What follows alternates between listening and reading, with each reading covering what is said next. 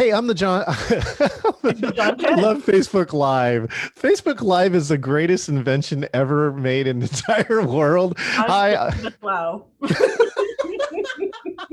my name is John Chen. I'm the CEO of GeoTeaming and the author of Engaging Virtual Meetings. Today, I am joined by the amazing CEO of Event Integrity. What a cool name, Elizabeth Glau. Elizabeth, what's up today? The Elizabeth Glau. Actually, had at some point in the past 10 years Googled myself, right, as we do, and discovered there are actually other Elizabeth Glaus. I thought my name was like I thought Glau was obviously pretty uncommon, right? Like I didn't think there'd be any other people with my name. Yeah. Uh, I was telling somebody else about John Chen though, and I'm thinking John Chen is actually a really common name. So, you Google your name and there's lots of other people that have your name. Well, Chen is the seventh most popular name in China, which is China, and so it is quite popular. And John Chen is also the CEO of BlackBerry. Do you remember that? Do you know what a BlackBerry is?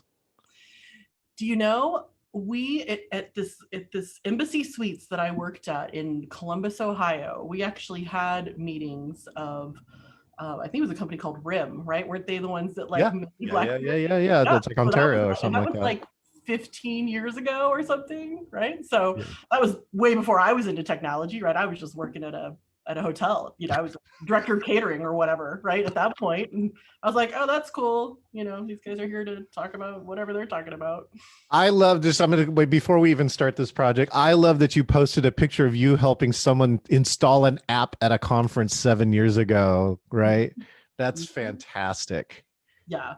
Yeah. Um, Well, I was talking to Liz Connors. I'm not sure yeah, if you know her. I yeah. was on her live stream yesterday, and we were talking a little bit about the history of of the events industry, right? Like the journey. She and I have kind of been on similar journeys, right, within event technology and things like that.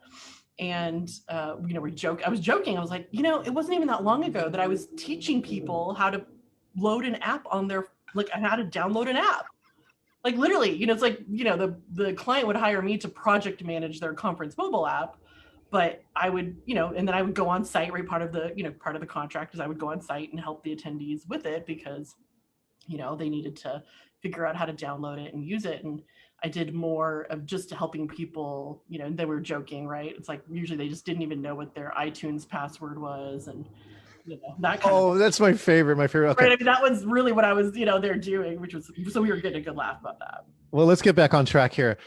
Elizabeth Glau brought this project-ish thing to me when we were on our, just trying to catch up, and we were just talking about beliefs about new events, right? And so Elizabeth, I think one of my greatest examples I did pick up from that conversation is stop saying face to face.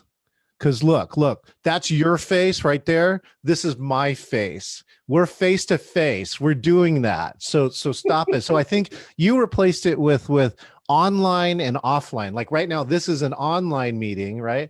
And if you and me went to the backyard and had a socially distanced meeting, that could be an offline meeting.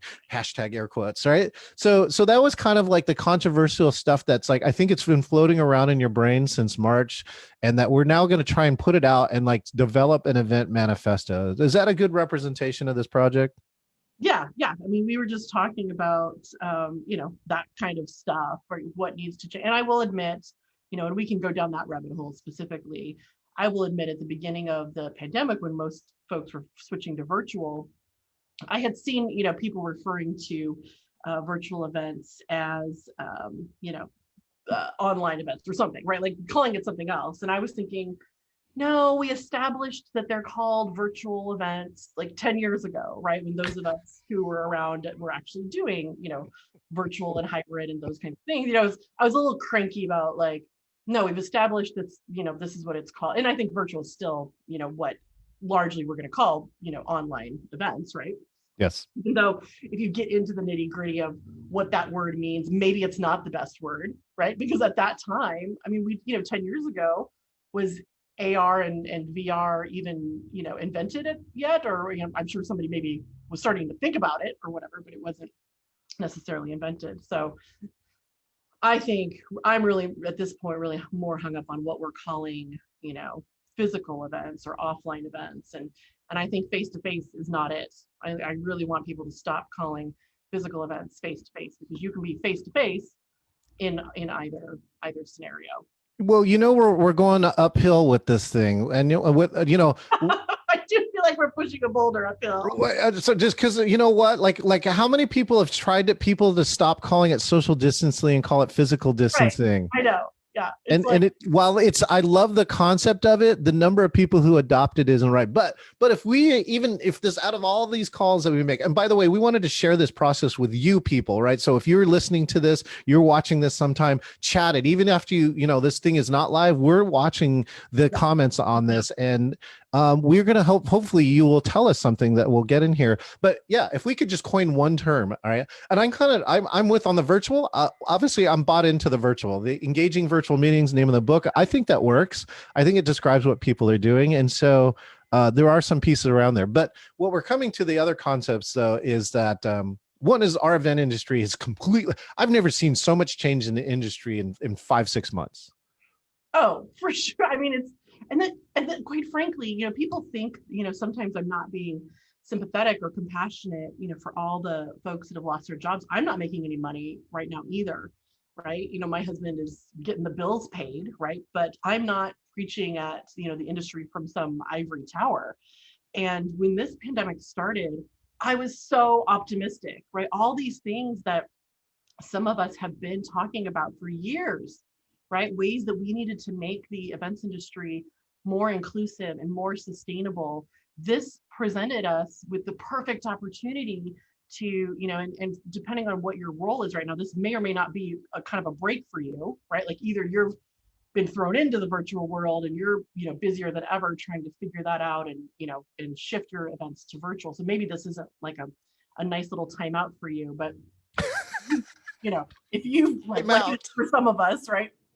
But like if you have any, and let's be honest, right? Like let's acknowledge that we're all living through a major crisis that is making us all crazy, because it's like Brene Brown said on our last podcast, it's like we're living through a tornado or a hurricane, except we can't see it, right? Like this is major, destruction that's happening, in the world to people's lives, right? People are dying, and it's like, but we can't see it, right? Like we're living through this, crisis that we can't see. And so that does impact people's ability. I think, that and being in survival mode impacts folks' ability to be future, forward thinking, right? To really be thinking about how do we want the world to look better, when we come out of this, right? Whether that's 1 year, 5 years, 10 years, like what is our vision for the future? And, and some of us have, barely been able to hold that space, right? Like hold enough energy to have these conversations. But I do want to say, I acknowledge that if you're not in that space, I get it, right? Like I get that you're, in survival mode, not like enlightenment mode.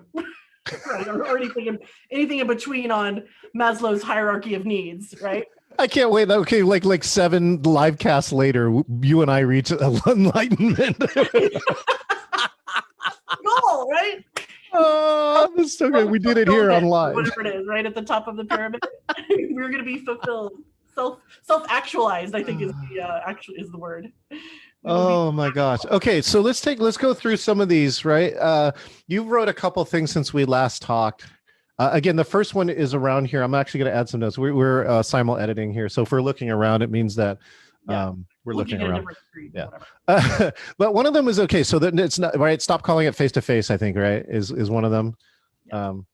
And so, what are some of the other beliefs that you have? And I have a couple other I've got sitting around on the side. Yeah. So I think that along the lines of online and offline events are maybe more similar than we're used to wanting to admit or acknowledge. Have you ever heard the expression, "This meeting could have been an email"?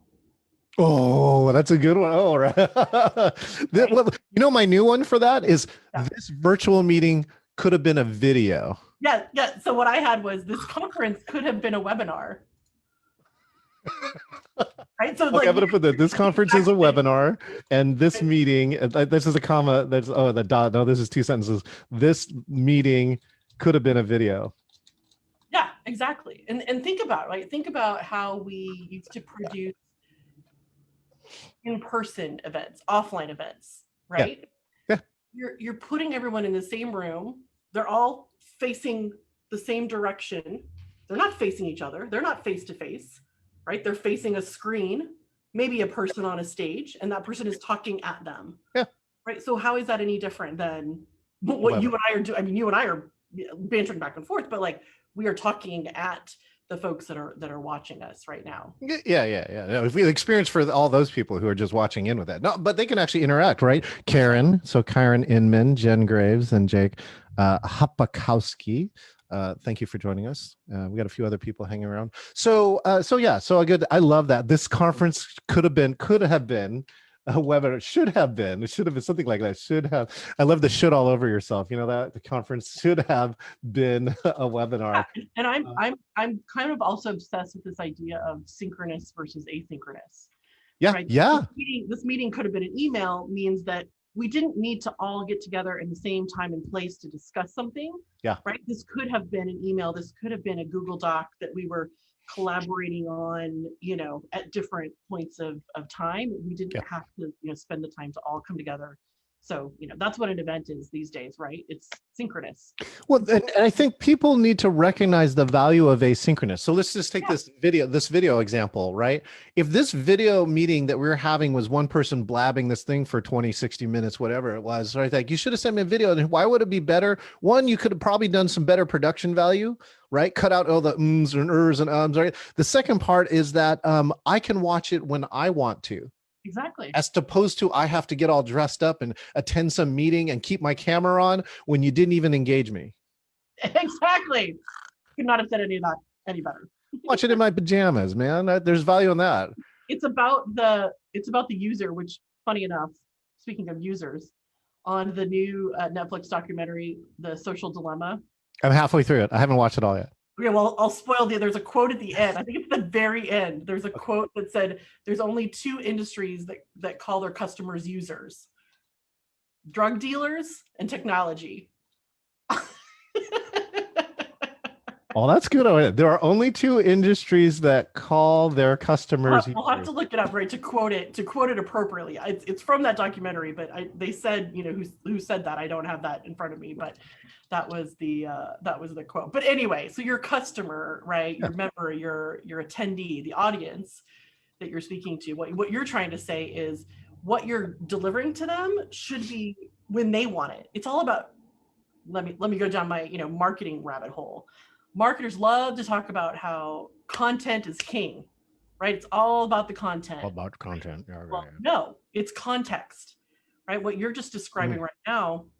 Yes, you have to have good content and you have to have a lot of it, but it has to land with that person at the time that they need it, right? It needs to be contextual for them and useful for them in that moment. You can put out all the content in the world, but if it doesn't get to them when they need it, it's a miss. That's why search engines are so powerful, right? Why Google and YouTube are so powerful. I mean, the number of places that people go to solve problems in the moment, you want that information in the moment, and a search engine does that and gives you the information to fix it. Like I fixed a car, I fixed my dishwasher, and I saved hundreds of thousands of dollars, paying expensive people to do simple stuff that we're capable of doing, and to bring it to that. So I just feel like I should just pause for a moment and take another hit off my digital, digital. I'm getting some more digital heron hang around with Elizabeth. By the way, I do not use heron, just so we understand. We're clear about that. We're online. Okay. The next one, I really wanted, I think I talked about this one last time. And Elizabeth and I are members of the Invisible Club of, we were doing this crap 10 years ago, at least. Right. When I talk to people, I tell people now, I was meeting online 35 years ago. Right. So I love to ask this question. Do you know what Prodigy is? Oh, that sounds familiar. Hold on. Yeah, it sounds so familiar. It was like the internet. It was like an internet on a disc or something. It was pre AOL. Yeah. It was the first one. It was the first online community that tried to use graphical interface, but we were talking like over a 300 freaking baud modem. It was tough. but it was amazing, right? And so what I did, like for me personally, is like me and my brother were on it. My brother who lives in San Francisco, and I was at Santa Barbara at the time, and we would use it to trade emails. And so we started communicating. And so this is why I always looked at like what's an engaging meeting, what's an engaging connection that we're making over technology. And so anyways, the whole point of this whole story is this. Here's the part of the manifesto-y thing I'd like to add. Uh-huh. The new normal is old. So All right. what do you mean by that? We were Say more doing about this. that, Don. I'm going to reiterate. We were doing this 10 years ago. And so what I mean by the new normal is old is that there were a collection of us who were experimenting already with hybrid events. Like, you know, when I brought Sam Smith into a global meetings industry council by Skype, he messaged or he tweeted, right, on Twitter to join a team. He joined our team and I brought him in by Skype, and he avatared into the meeting from his house, right? And Middle East, I think it's Minnesota. And Yeah, and that was 10 years ago. I think I was on his team at that That, exact event that you're talking about. that was 10 years ago. And so some of the stuff is starting to happen now. He talked about that experience, right? And he goes, well, you know, to be honest, initially this experience was kind of lame because he was just watching the webinars. But he goes, but when I tweeted and I got joined into a team, this whole thing transformed for me. I was now right. This is really cool. This is very exciting. And that's what's happening with people now. So the new normal is old. We were doing this 10 years ago. So, you know, we need to look at the new normal, right? That's the new normal is what is the stuff that's new? And that's kind of what we're kind of heading towards is the future. So I don't know if you agree or disagree that the new normal is old, but I certainly know that you agree that we need to look at what's going to happen in the future.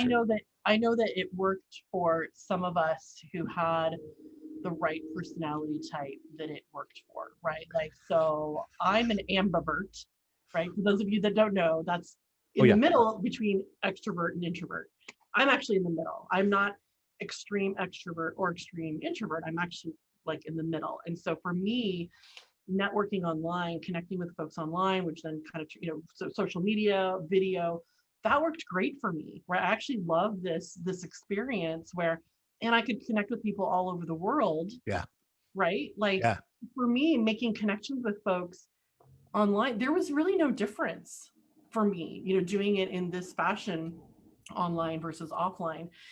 For some folks, it had, you know, they haven't been interested in it. It doesn't, they're not as interested in technology or connecting in this way. And there's a lot more, I think, personality aspects that play into this. And it's not just age, right? It's not like, oh, you're old, you don't like technology, right? Like, I don't accept that premise that age has much, you know, to do with it. There's older folks who love this kind of stuff. They love technology. They were early adopters, right? They got into it. And there's younger folks that didn't, right? And they don't, you know, like that. So I think that being conscious of that going forward, I think that though now we've experienced a huge shift, right? And folks that didn't like it, you know, weren't interested in it, like now have been forced to, you know, kind of adapt to it and adopt it. And so now they're feeling like they're having to catch up, or maybe they feel like they're lost and left out. I don't know, right? There's a lot of feelings, but here's where I'll shift us.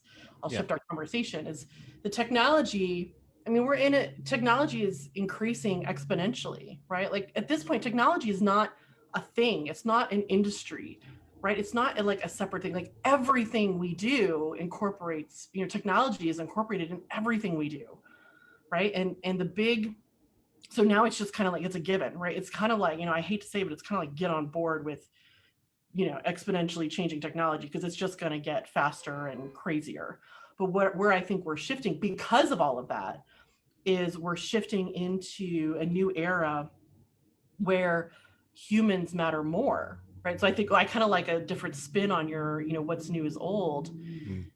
Human emotion, right? Our experiences, we're craving authenticity, right? We're craving something real because we've kind of, you know, been experienced like a lot of some of what's come of technology and some of, you know, how we plan events, quite frankly, right? In the past, and I just commented actually on John's comment on my post from earlier today. like, oh wait, that was you. I think it's, you know, we want more feelings, we want more authenticity, we want more transparency, and we need to get away from things that are just flashy, things that are superficial, right? Especially if we start thinking about our events. So John, I'll let you pull in the quote that we talked about last time you and I talked about Authenticity, right? making people cry.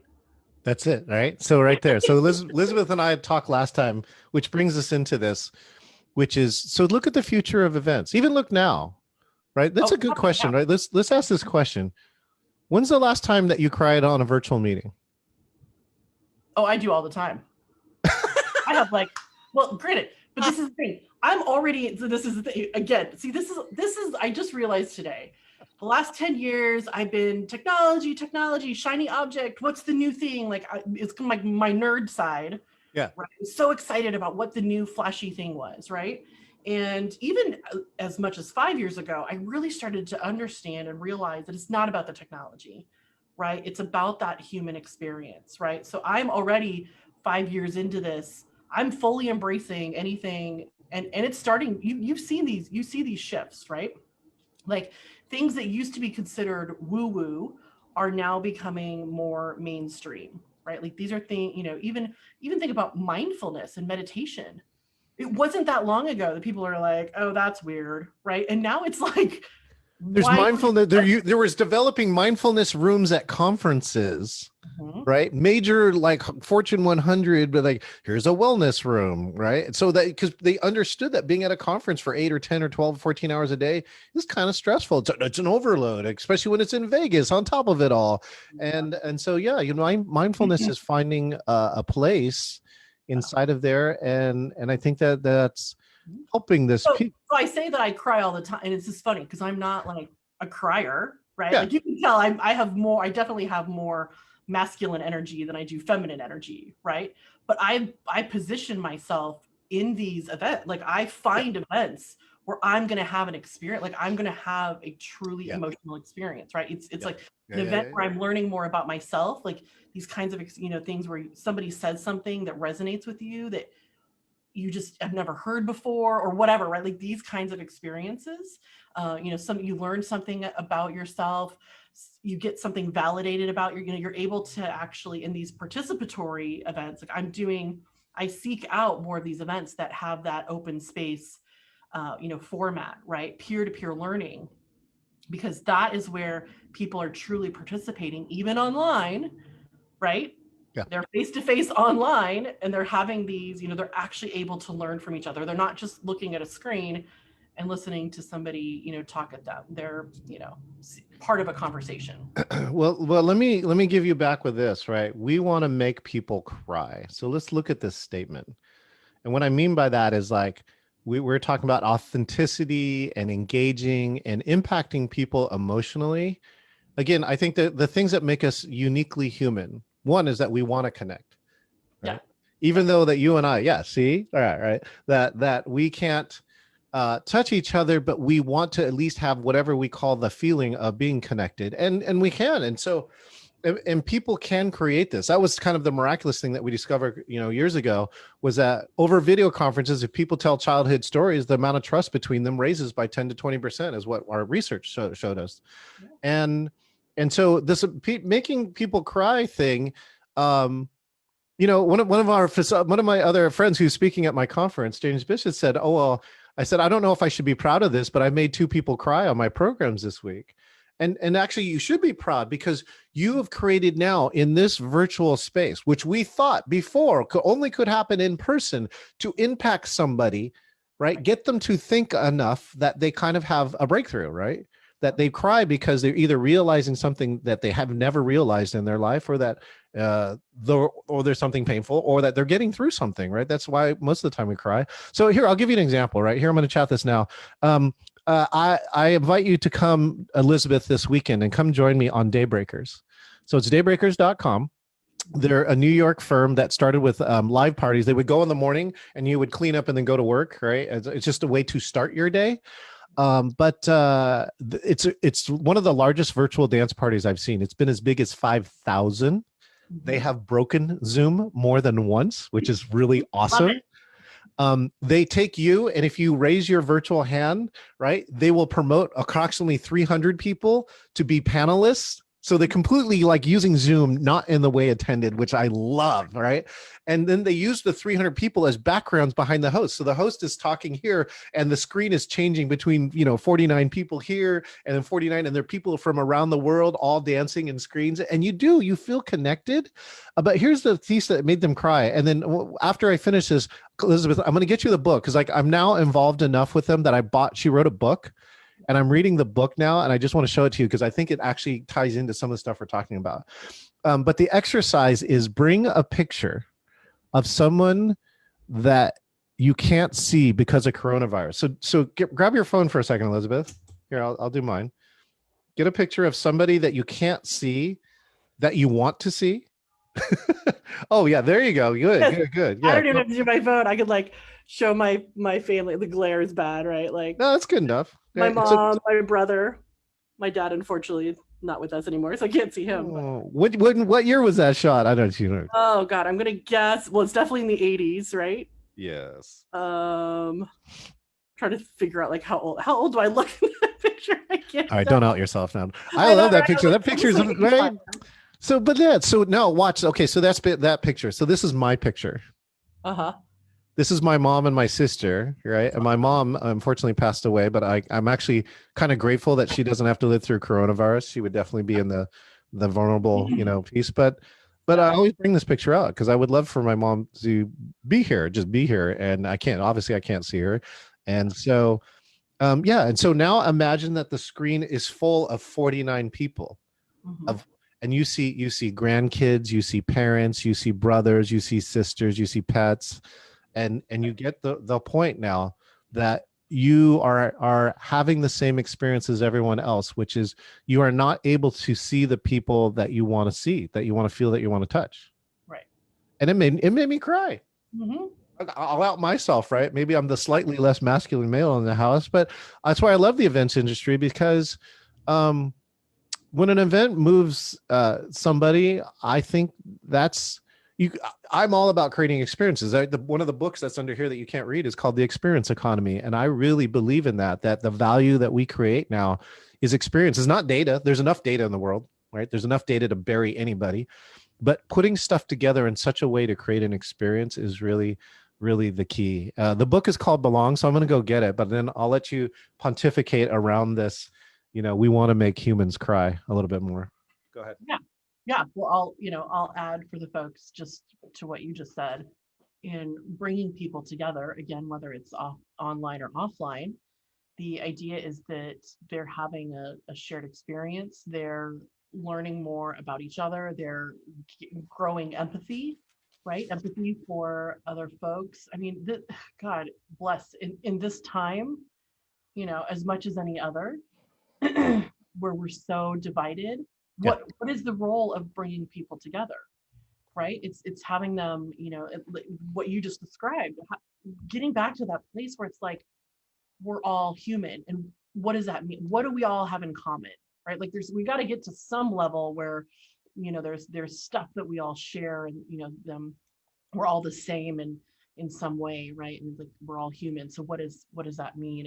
And if you can get to the point where you get beyond that, right? Like that's good. That's a good foundation, right? Yeah. And then you're actually facilitating conversations between folks that, and I don't know, maybe the goal is not changing somebody's mind, right? Because at this point that feels impossible, but at least creating that spirit of openness and, listening to others, listening to where the people are coming from.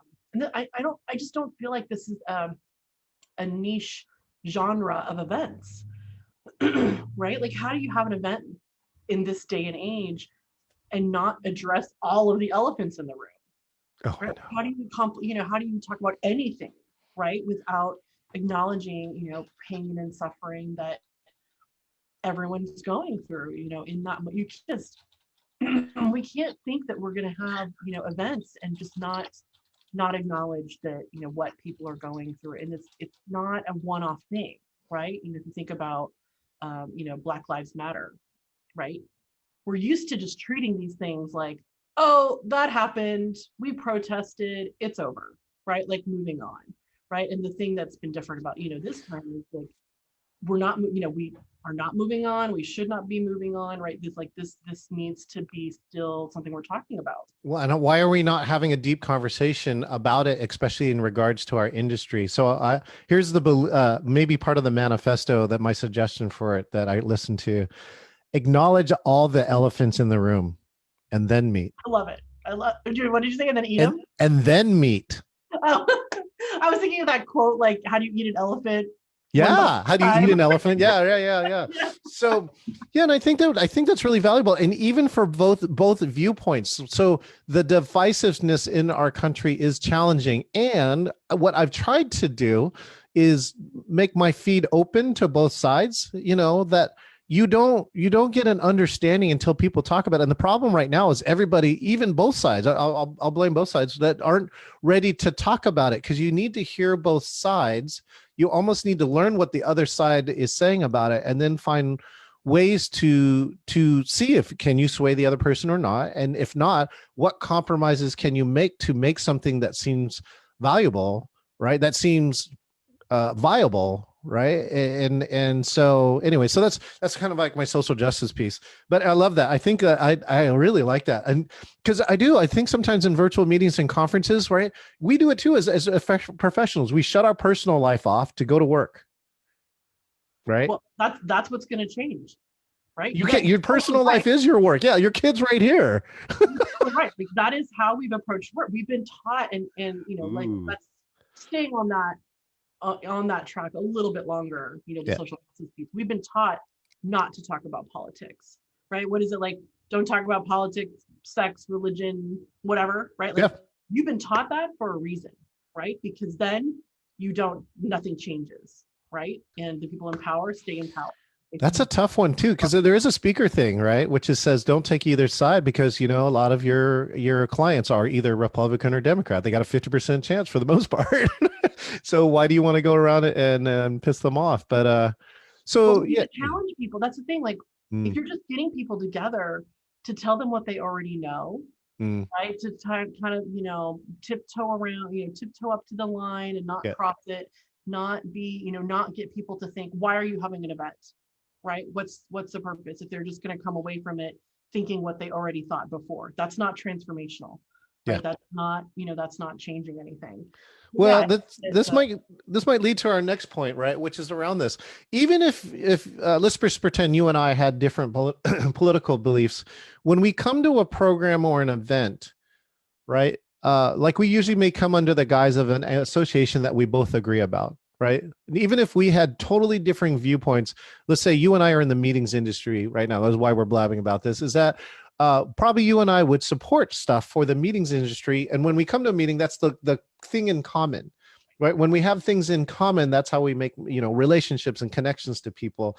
And so here's the belief I have, and I got the book now with me, right? I think this what in this manifesto, I think something like this is important.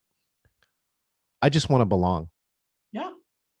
Right. Well, I mean, that has been is it belong? That's the name of it. No, but wait, one of the cool features of this book, number one, is this. There's a freaking hole in the book. Yeah, that's cool. Which is expensive, right? And Rada, who I've actually gotten a text message. I was trying to get a quote from the book, but I'm surprised. They're pretty impressive that they have a very large user base. And someone is, I don't know if it looks like her, is responding to text messages personally. And that's impressive to me. She just had this quote. I remember, I actually am familiar with her and the organization from before virtual, right? Yeah. Like, I had actually heard about it probably right before COVID, because I was like, oh, that sounds cool. I want to participate in one of these events, if they had one in Portland or whatever. And I was never able to, but yeah, I've definitely followed her on the socials and whatnot.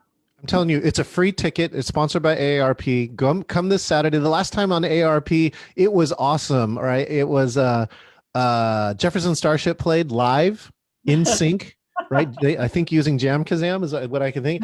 The Village People were there. They did the YMCA. Oh, we had the largest virtual, like you were doing YMCA with 4,000 people simultaneously Now around I the know why it's globe. sponsored by AARP. That's Yeah. hilarious. Oh my God, Yeah.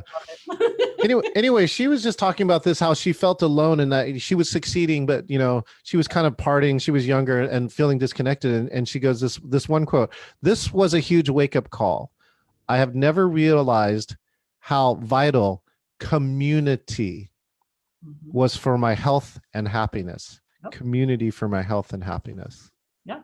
I mean, that was traditionally the value proposition of associations, right? Community. Yeah, yeah, yeah. Belonging, community. People used to have more of a sense of loyalty. And keep in mind, this was pre-social media.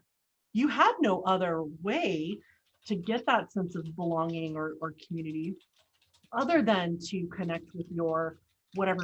Let's just say like they are trade as well. There are other ways, right? But like in this world that we're talking about in trade associations, Yeah. before the internet, before social media, it's like you would maybe have a local chapter, right? You connect locally, maybe once a year there's a national meeting, maybe international. You connect with folks, and it used to be physically, right? Offline, because online wasn't even invented yet, right?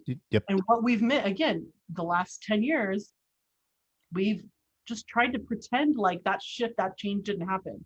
That shift didn't happen, right? We like to pretend like people can't now connect, via social media online. They can find each other.